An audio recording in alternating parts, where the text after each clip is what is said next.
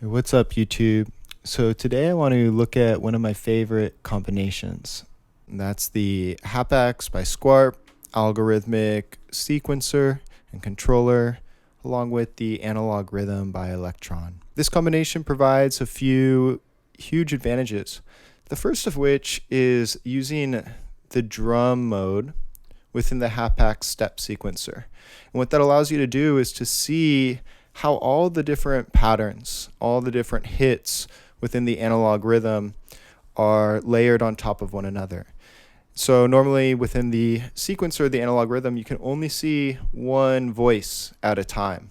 But with the Hapax, given the drum programmer, you can kind of see how the voices interact with one another. And so in order to do this, you first want to hold down step in the Hapax and then scroll over to drum using this knob on the most right side. So we can put in a few hits. But you notice we're not hearing anything right now. So we need to make sure that the MIDI is all connected. So to make sure that the MIDI is connected, you want to hold down the track. So in this case, track 1. Make sure it's going to the right output. And so I believe I'm connected to, yes, I'm connected to output B. So I'm putting output B, channel 1. So each channel goes to a particular voice within the analog rhythm. And then you have channel 15, which goes to all the voices. And while we're at it, let's also hit second, go to channel 1 again. So second plus 1. That brings you to the second set of global options for the Hapax for a given track. And then you hit this knob in the rightmost corner, and we can choose AR instrument. This is a definition file. The definition file allows you to control CC parameters within a given instrument.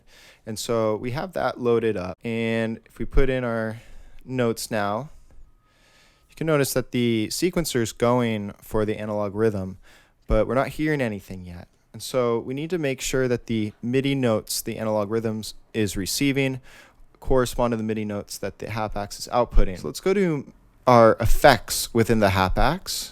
What we're going to do is we're going to put on a harmonizer, and we're going to turn off the origin, and then we're going to turn down the note value to 36. Now let's try it. So you can see now we have some sound coming out of the analog rhythm, and it's playing these notes chromatically for the first voice. What we actually need to do is add another harmonizer and turn off origin again. And let's turn our notes down to 24 for this second harmonizer. Now let's try it.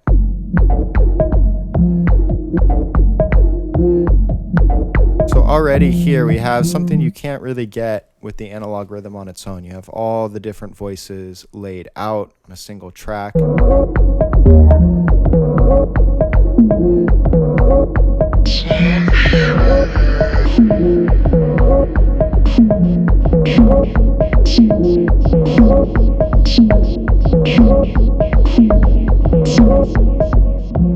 So that's already pretty fun. That's pretty cool. It's something you can't get in the analog rhythm alone. But then we can start getting a bit more interesting by adding these algorithmic effects that the Hapax comes with. So one of those is the randomizer. It's one of my favorites. And so we can have a range for random velocity. You can have some notes hit a bit stronger, some notes a bit less. And we can also play with the note plus and the note minus. The note plus and the note minus will do is that they'll have the hits given for a single track trigger the notes that are within whatever range. So I have 2 down, 2 up. So for instance, the rim shot in the analog rhythm could potentially hit the snare or the bass drum. It could also potentially hit the clap or the bass tom. And so already you start to get a lot of variation just from that. So let's try it.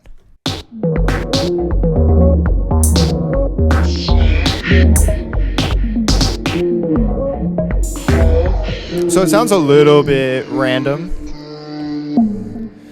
We can also play with different kits now that we have something loaded up in the Hapax. So let's just try some random kit. Ooh, I like that.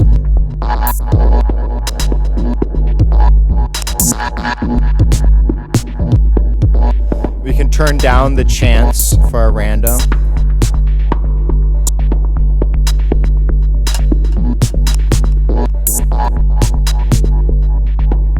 Okay, so already that's kind of dope. Now we can start to layer that, do more with it. We can hit copy this first track, and let's paste it to the second track. Now we have the same pattern on two different voices, and you can have one set of the same pattern at a slightly different length than the other set to create these kind of phasing patterns that are triggering the same voices but with different lengths. So this pattern 2 is set to 15, pattern 1 is set to 16 beats. So we want to make sure that our tracks are unmuted, and so when you copy paste a track by holding down copy, holding the track you want, then paste to the track that you want to make sure that it's not muted. It's automatically muted right at the beginning, but if you hold mute, then you hit the track. When you let go, it's now unmuted. So let's hear that.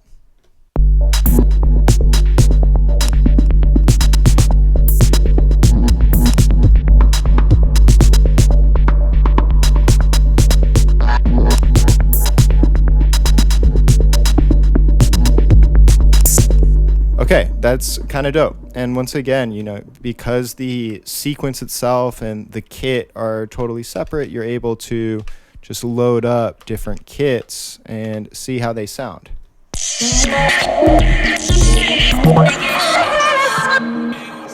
Some might sound better than others. That one maybe was not the most pleasing, but we can just play around.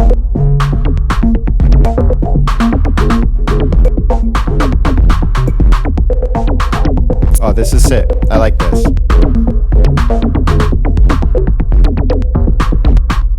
Okay, so that sounds pretty sick. One thing you might notice is that this is only triggering up to 8 steps, right? Because you only have 8 rows here. So you're only getting these voices within the analog rhythm, this kind of bottom 2 rows. So if we want to trigger the hats, we'll want to create a new track. And we can also just copy paste that track 1 onto track 3 and make sure it's unmuted. And then we go to our effects, we go to the harmonizer, and let's just change where this note 2 is going. We'll move it up by 4 semitones, which will bring us to these 4 voices of the different cymbals, the different hats. And so these 4 will all be different hats. Maybe we can have like, you know, just 16th hi-hats, for instance.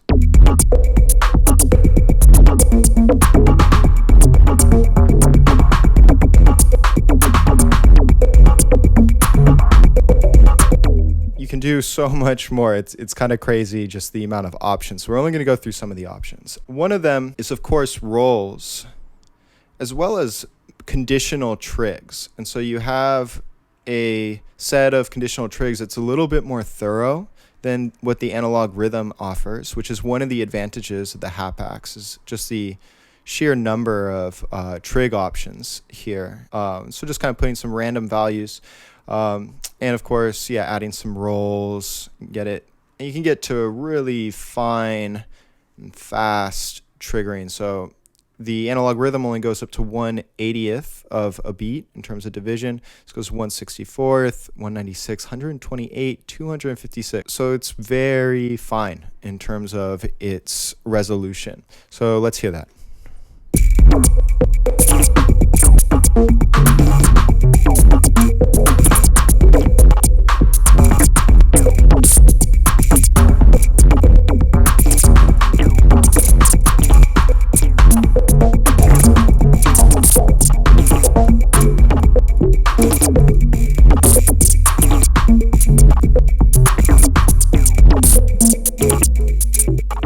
So you can kind of just play with it. You know, sometimes it gets a little bit too busy, in which case you'll want to just kind of pull back, maybe mute some voices, take out some notes. A few more things. Automation. Automation's really amazing what you can do. So here, because we've already loaded up a so this is one of the bugs within the Hapax. Sometimes you need to reload the instrument definition. And so if we go here, analog instrument. We just select that again. And now we go to automation, this blue button on the right, and we can hit add. And then you can see that there's an option for instrument definition. We click on this first knob and then we can scroll. Let me get my hand out of the way.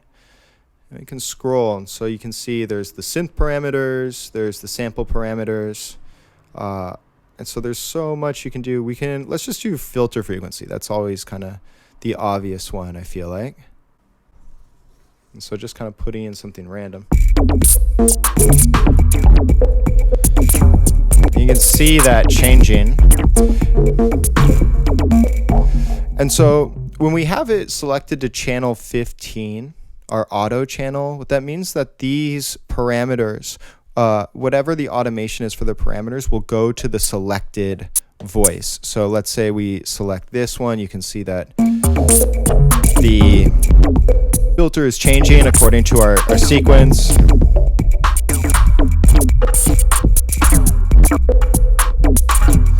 Now we can clear that, delete. We'll go first all, delete. So get rid of that. If you wanted to a particular voice, so for example, let's say you just want the kick. Let's just solo the kick, mute all the other voices. We can go to second, go to instrument definition, AR instrument. So we loaded up our definition file, and then we're going to send this. We're going to hold track 4, and we're going to change the channel to track 1. So track 1 is controlled by channel 1. And so now when we put in some automation, so add instrument definition, we could do maybe some synth parameter. So we put in our automation. Let's mute everything. So right now, even when the voices are muted, this is something to note, even when the voices are muted, they'll still receive the MIDI information from the Hapax. And so you want to be sure that your tracks are muted in the Hapax. And then we can go here, we can add the same effects to bring it down into the necessary range.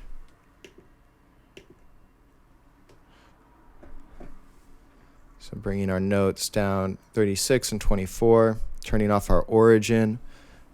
And then we can go into our step mode and just kind of start adding some steps.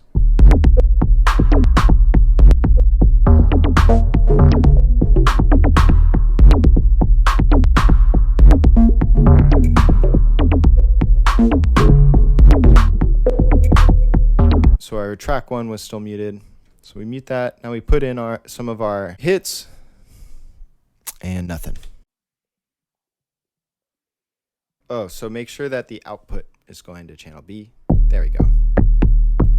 Now if we go to our source, you can see that our FM amount is being changed. We can add in a few other synth parameters.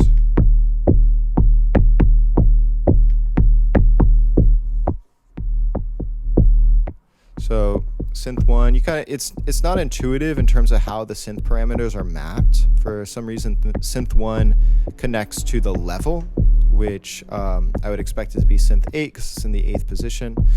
But who knows how this is logically arranged. So now we have the tuning, right? We can turn off the interpolation for our parameters. And if we want a little bit more resolution, we can zoom in. Whoops. Zoom in with the Hapax. Let's turn our level back up.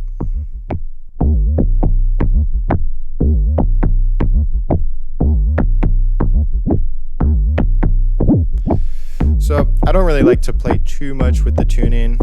We can change the destination, just try out different things. So decay, I feel like, has a lot of expressivity, and it's one of my preferred parameters to manipulate. Okay, so I guess before I continue on, I just want to kind of circle back. So you want to make sure that your analog rhythm's set to receive the necessary MIDI information. So if you go to this gear button, you press that, MIDI config, sync. So make sure that clock receive is on, make sure that transport receive is on. We'll play with program changes later, so make sure that that's turned on. So all your receive functions within this sync menu, within the MIDI menu, which is in your parameters, this gear button, make sure all your receive functions are turned on. And also if we go to port config,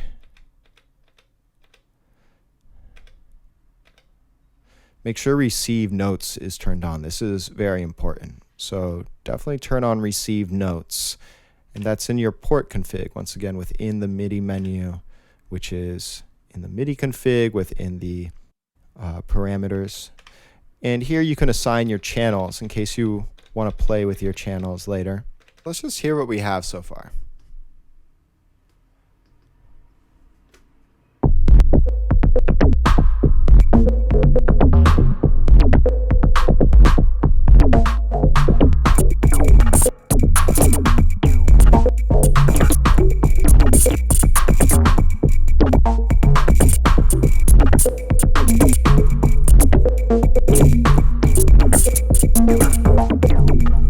Let's say I want to change the length of this track 3, which I do. I kind of want to slow it down. We can go into BPM and we can hit this rightmost button. Then we can change the elasticity of the sequencer. And so turn it to 50% just to slow it down. Let's hear that.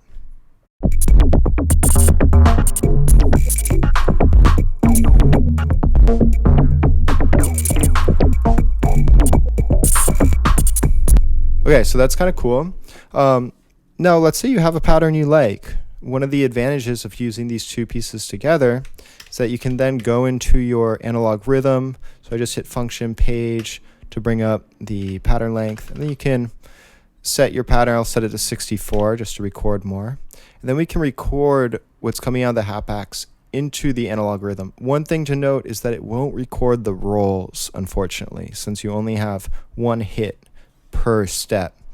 But still, you can kind of get really quick generation of patterns this way. And so you want to hit record and then hit these play buttons at the same time.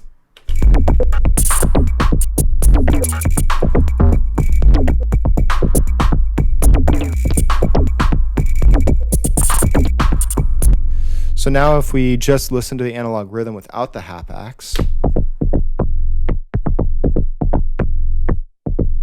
and now I have it muted, so let's unmute some of these.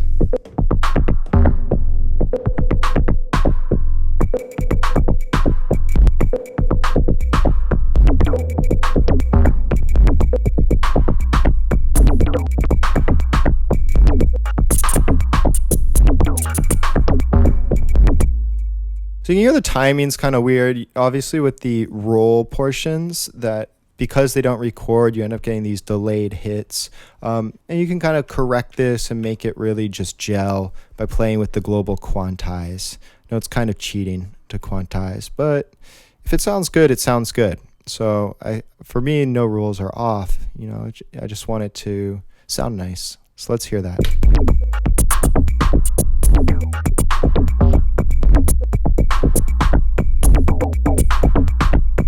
That's pretty sick. That's pretty dope. And so you can see just how quickly you can kind of start generating patterns in this way. And of course, we could do a lot more with automation. One of the beautiful parts about the Hapax is then you can load up a second sequence and have that play simultaneously. And so you can have, you know, up to 32 tracks that are all controlling the analog rhythm at the same time, which is a little bit excessive for sure. But I just wanted to kind of demonstrate the ease of workflow between these two machines and how complementary they are together. So I hope this was educational. I hope you learned something. If you did, please like, please subscribe. Kind of took a break from YouTube for a bit, but I'm hoping to produce more tutorials. So I hope to see you here again sometime soon.